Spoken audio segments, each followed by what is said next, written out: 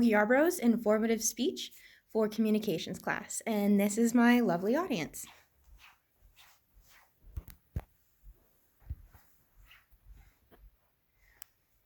Today I'm going to be giving my informative speech on orca whales.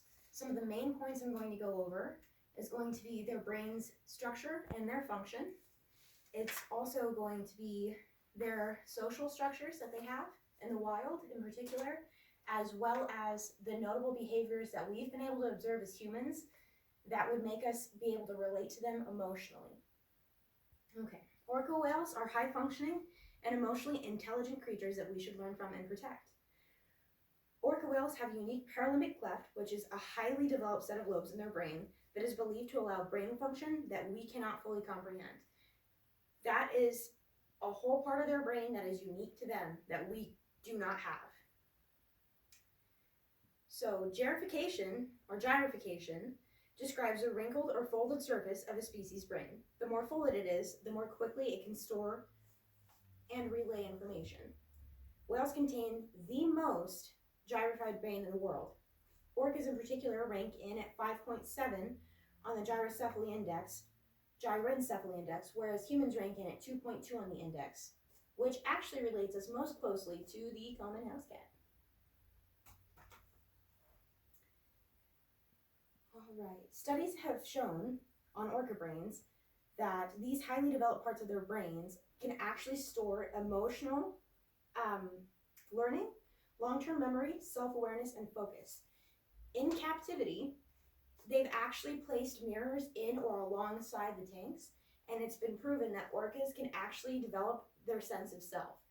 Also a sense of vanity and a sense of self-interest. So they were actually caught going back to the mirrors several times a day to sit there and check themselves out and see how they were looking that day. Aside from humans, orcas are the only apex predators to have unique cultures.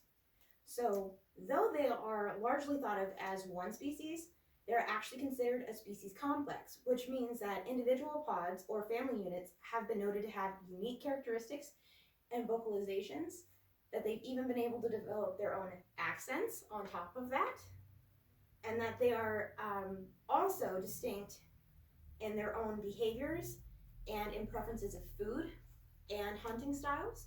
So you can see that in New Zealand and Australia, the orcas down there will actually blow bubbles underneath stingrays to flip them over, put them in tonic sleep, and then eat them. And that is their preferred food source in that area. Whereas we have the very infamous LA pod that lives all up and down the western coast of America that specialize in hunting great white sharks. They also flip them on their backs, put them in tonic sleep, and then eat them. All orca pods are notably matriarchal or led by the oldest female in the pod. So it would be her sons, her daughters, and her daughters' offspring. Orca rely on this social structure as a means to pass on valuable information from generation to generation. So it's very much like how humans have an oral history and how we've taught other generations everything that we know. They very much rely on the same means. These social structures have been noted to exist even in captivity amongst whales that are unrelated. Females are still heated and seen as leaders. Often females will assert their dominance through pec slapping, which their pectoral fin is basically their arm, tail slapping, head butting, jaw snapping, biting, tooth raking, and other means of physical posturing and gesturing.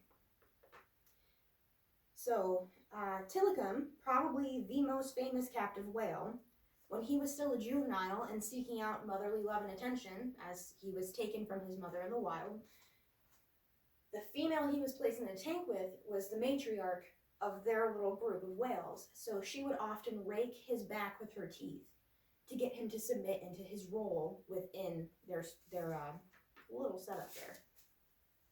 Aside from humans, orcas are the most widely distributed mammal on the planet. They inhabit all regions of the world's waters, though they do prefer colder waters, so you'll find them more in the Arctic and Antarctic waters. Also, like humans, they have notably longer lifespans. In the wild, males can live up to 60 to 70 years and females up to 80 to 100. Males often don't reproduce until after the age of 20 and reach peak sexual maturity at age 25. At peak sexual maturity, they will actually, their dorsal fins will be 6 feet or more high. So that's taller than the average man, human man. Females reach sexual maturity at 6 to 10 years, though they don't often start reproducing until 14 to 15 years old. So, actually, recently, the oldest known orca in existence was in the southern resident pod, which is very infamous. She was J2, or nicknamed Granny, and she passed away at what we believed her to be, I think, at about 105. In captivity, however, the average female lifespan is about 29 years old, whereas the males follow at 17 years old. As humans, we experience intense and diverse emotions, ranging from hate, anger, love, lust, happiness, sadness, depression, and loneliness. Cats happen to experience all these same emotions, possibly even to the same degree that we do.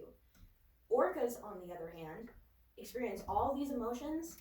They feel them deeper than we do, more strongly than we do, and they possibly even feel emotions that we don't even know are on the spectrum, much like how fruit flies can see colors that we can't comprehend.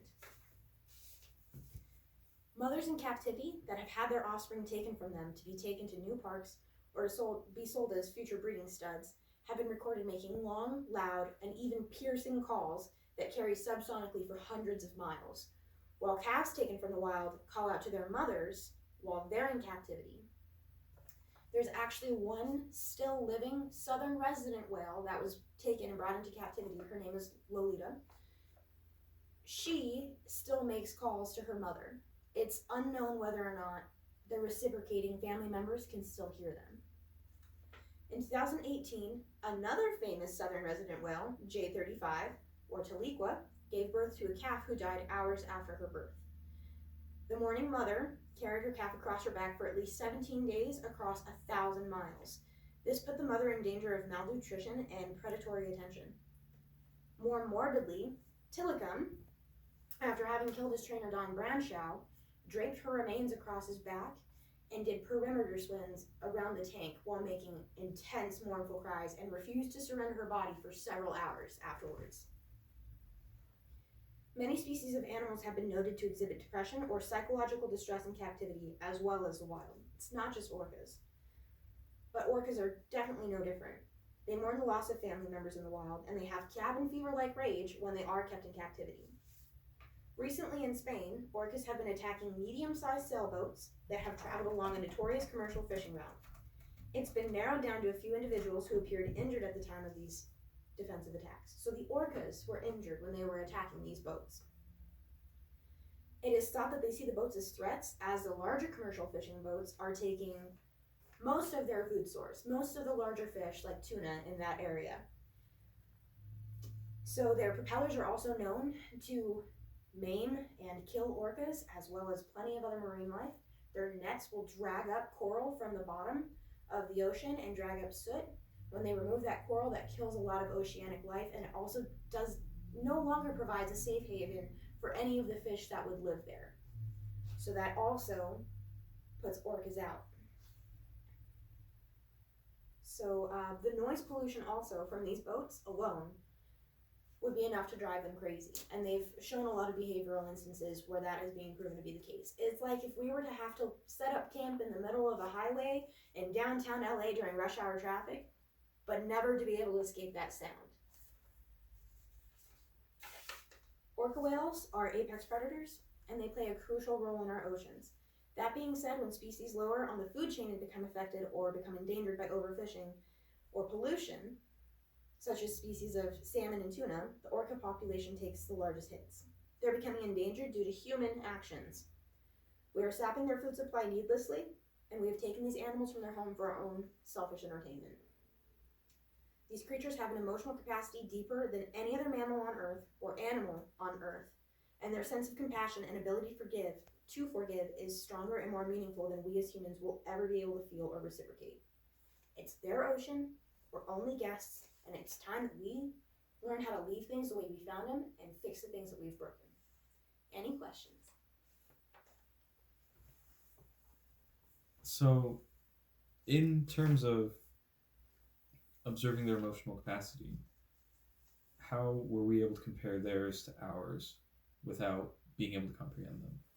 So simply by observing the brains of different animals, we can tell a lot of what they might be able to feel by comparing them to our own. So we understand that we have very deep emotional connections and that some animals don't necessarily, because they lack some parts of the brain that we have that create those feelings. But orcas, the differences between their brains to our brains, they're very similar in that they're both folded. So a human brain can be folded like this.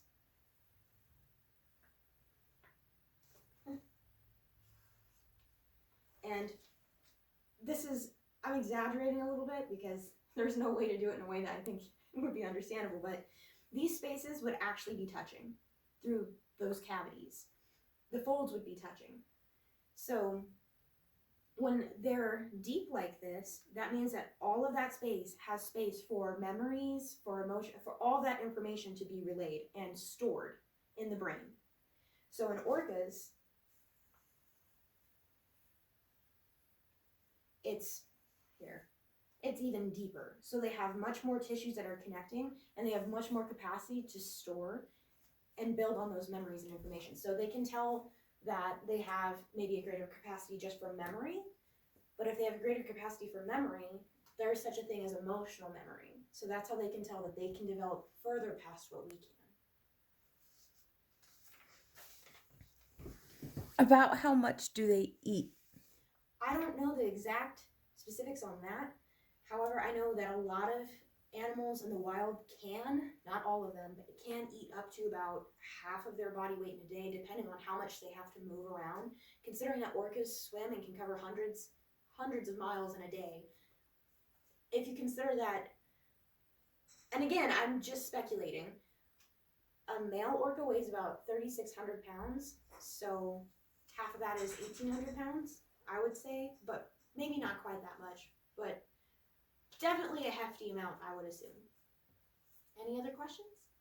So in the matriarchy, you said that it goes the mother, her sons and daughters, and then the offspring of the daughters. What about the offspring of her sons? So the reason why, it's actually very clever, and that's a very good question. The reason why they eliminate some of the male breeding is because they're trying to keep the gene pool in flux. They want to limit inbreeding. They're smart enough to recognize inbreeding. And so oftentimes, even with the females, so let's say you've got the grandmother and the daughter and the granddaughter. A lot of the sons will have to go out and form or become parts of new pods because they want to keep those genes separate. And the females will breed with other males to constantly keep the gene pool in flux and to introduce better genes constantly into their pods. Why do they use their bubbles and not their fins? They have really big pectoral fins. So a male orca can grow to be almost 30 feet. So their pectoral fins, we're talking huge. And stingrays can be maybe about the size of their fins, but they also don't want to dig themselves in. Because if you think about putting all that mass and all that power into the sand, they could end up digging themselves in, beaching themselves at low tides. It's already very likely for them to beach themselves because they have to go in such shallow waters to catch the stingrays. So they blow bubbles under them to flip them up, and they'll sometimes grab their wings and flip them over. And then from there, the ray is cooked. So, any other questions? Nope. No? Okay, well, cool. That was my informative speech.